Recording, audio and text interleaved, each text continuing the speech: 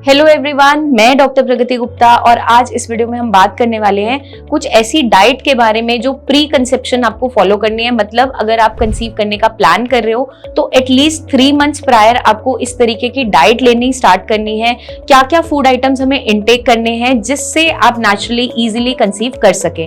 तो आइए जानते हैं उस डाइट के बारे में कि क्या फूड आइटम्स का इनटेक हमें बढ़ाना है ताकि आप इजीली कंसेप्शन की तरफ बढ़ सकें। सबसे पहले हमें ध्यान क्या रखना होता है, जितना भी हमारी बॉडी के अंदर रिक्वायरमेंट है फोलिक एसिड की उसे डाइट से पूरा करना है, क्योंकि जो फोलिक एसिड है वो आपका फर्टिलिटी मिनरल माना जाता है, एसेंशियल मिनरल माना जाता है। क्योंकि अगर इसकी कमी है तो बॉडी में कंसेप्शन के चांसेस कम हो जाते हैं, या बेबी कंसीव हो भी रहा है तो मिसकैरेज होने के चांसेस बढ़ते चले जाते हैं।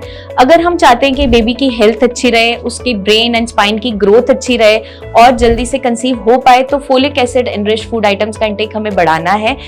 नेक्स्ट हमारा आ जाता है आयरन एनरिच्ड फूड आइटम्स का इंटेक हमें बढ़ाना है। तो इसमें भी आपका चुकंदर आ गया, पालक आ गया, मेथी बथुआ आ गया, एप्पल है या अनार है, ये सारी की सारी फूड आइटम्स हमें इंक्लूड करनी होती है ताकि आप इजीली कंसीव कर सकें, ओव्यूलेशन टाइम से हो, कोई भी हार्मोनल इंबैलेंस जनरेट ना हो, यूट्रस की लाइनिंग अच्छी बनी रहे और सबसे इंपॉर्टेंटली खून की कमी ना हो बॉडी के अंदर। तो वो बहुत ज्यादा जरूरी है, क्योंकि अगर आप अनीमिया से सफर कर रहे हैं तो वहां पे कंसेप्शन मुश्किल होती चली जाती है और आगे के लिए प्रेगनेंसी सस्टेन नहीं कर पाती।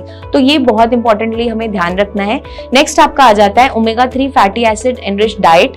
उसके अंदर आपको क्या ध्यान रखना है, अगर आप वेजिटेरियन हैं तो आप नट्स से पूरा कर सकते हैं, उसे सीड से पूरा कर सकते हैं, जैसे बादाम अखरोट है या चिया सीड्स हैं या पंपकिन सीड्स हैं, सनफ्लावर सीड्स हैं, अलसी के बीज हैं, ये सारे के सारे आप अपनी डेली रूटीन में ऐड ऑन कर सकते हो। इसका या तो पाउडर बना के भी हम कंज्यूम कर सकते हैं या नट्स को हम रात भर भिगो के मॉर्निंग में इंटेक कर सकते हैं। जो लोग नॉन वेजिटेरियन हैं वो अपनी डाइट में फिश ऐड ऑन कर सकते हैं, क्योंकि फिश भी ओमेगा 3 फैटी एसिड एनरिच्ड रहती है, जिसमें सैल्मन एक टाइप ऑफ फिश है जो बहुत ज्यादा इससे भरपूर रहती है। तो ये भी आप डेली रूटीन में ऐड ऑन कर सकते हैं। नेक्स्ट हमारा आ जाता है प्रोटीन इंटेक अच्छा रहना बहुत इंपॉर्टेंट है।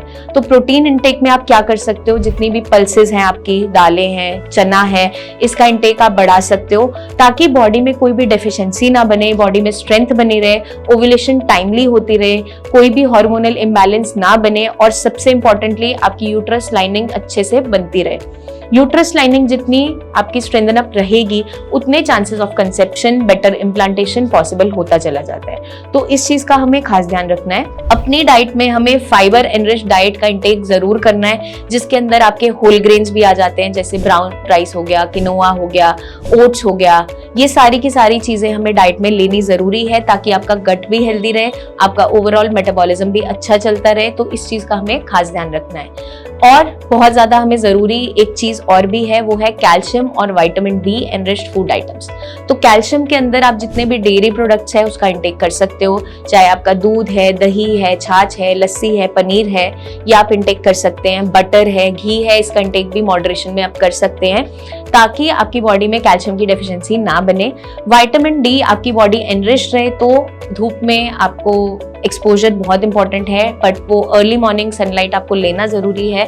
साथ के साथ आप विटामिन डी के लिए जितने भी आपके फोर्टिफाइड ग्रेन्स है उसका इंटेक कर सकते हो, या हम जो मशरूम्स है डेली रूटीन में वो भी ऐड ऑन कर सकते हैं। तो ये बहुत ज्यादा जरूरी हो जाता है ताकि कोई भी न्यूरल ट्यूब डिफेक्ट्स ना बने, बच्चे की ग्रोथ भी अच्छी रहे, क्योंकि अगर मदर की बॉडी हेल्दी होगी तभी एक हेल्दी बेबी वहां पे जन्म ले सकता है। तो ये बहुत ज्यादा जरूरी होता चला जाता है। लास्टली हमें एक चीज का और ध्यान रखना है, हाइड्रेशन का ध्यान रखना बहुत जरूरी है।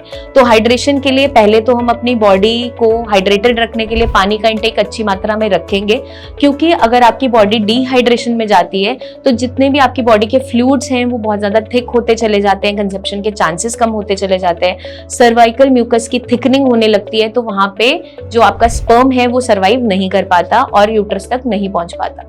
तो हमें इस चीज का खास ध्यान रखना है। बेटर हाइड्रेशन के लिए डेली रूटीन में हम कोकोनट वाटर ऐड ऑन कर सकते हैं। तो खाली पेट उठ के आप डेली रूटीन में कोकोनट वाटर का इंटेक कर सकते हो। ये जो हमने पूरी डाइट डिस्कस की है अभी मेजरली, जिसमें हमने कुछ कुछ फूड आइटम्स का इंटेक बताया है, ये हमें जो फॉलो करनी है एटलीस्ट 3 मंथ्स प्रायर ये स्टार्ट कर देनी है। जैसे डॉक्टर्स आपको गाइड करते हैं कि फोलिक एसिड के सप्लीमेंटेशन आप 3 महीने पहले स्टार्ट कर दीजिए अगर आपको कंसेप्शन के लिए प्लान कर रहे हैं तो इसी तरीके की डाइट हमें 3 मंथ्स प्रायर स्टार्ट कर देनी है ताकि आपकी बॉडी रेडी हो जाए कंसेप्शन के लिए, हार्मोन्स इन चेक रहे, बैलेंस बैलेंस में रहे, ओव्यूलेशन टाइमली होती रहे और यूट्रस लाइनिंग अच्छे से स्ट्रेंथन अप होती रहे। तो ये डाइट को हम फॉलो करते हुए जल्दी से नेचुरली कंसीव कर सकते हैं। आज से आप भी ये डाइट स्टार्ट कीजिए और अगर आप प्लान कर रहे हो जल्दी से कंसीव करने का तो ये डेफिनेटली आपको हेल्प करने वाली है। जल्दी हम आपसे फिर मिलेंगे, बहुत सी इन्फॉर्मेशन शेयर करते रहेंगे। तब तक के लिए eat healthy, stay healthy and take care.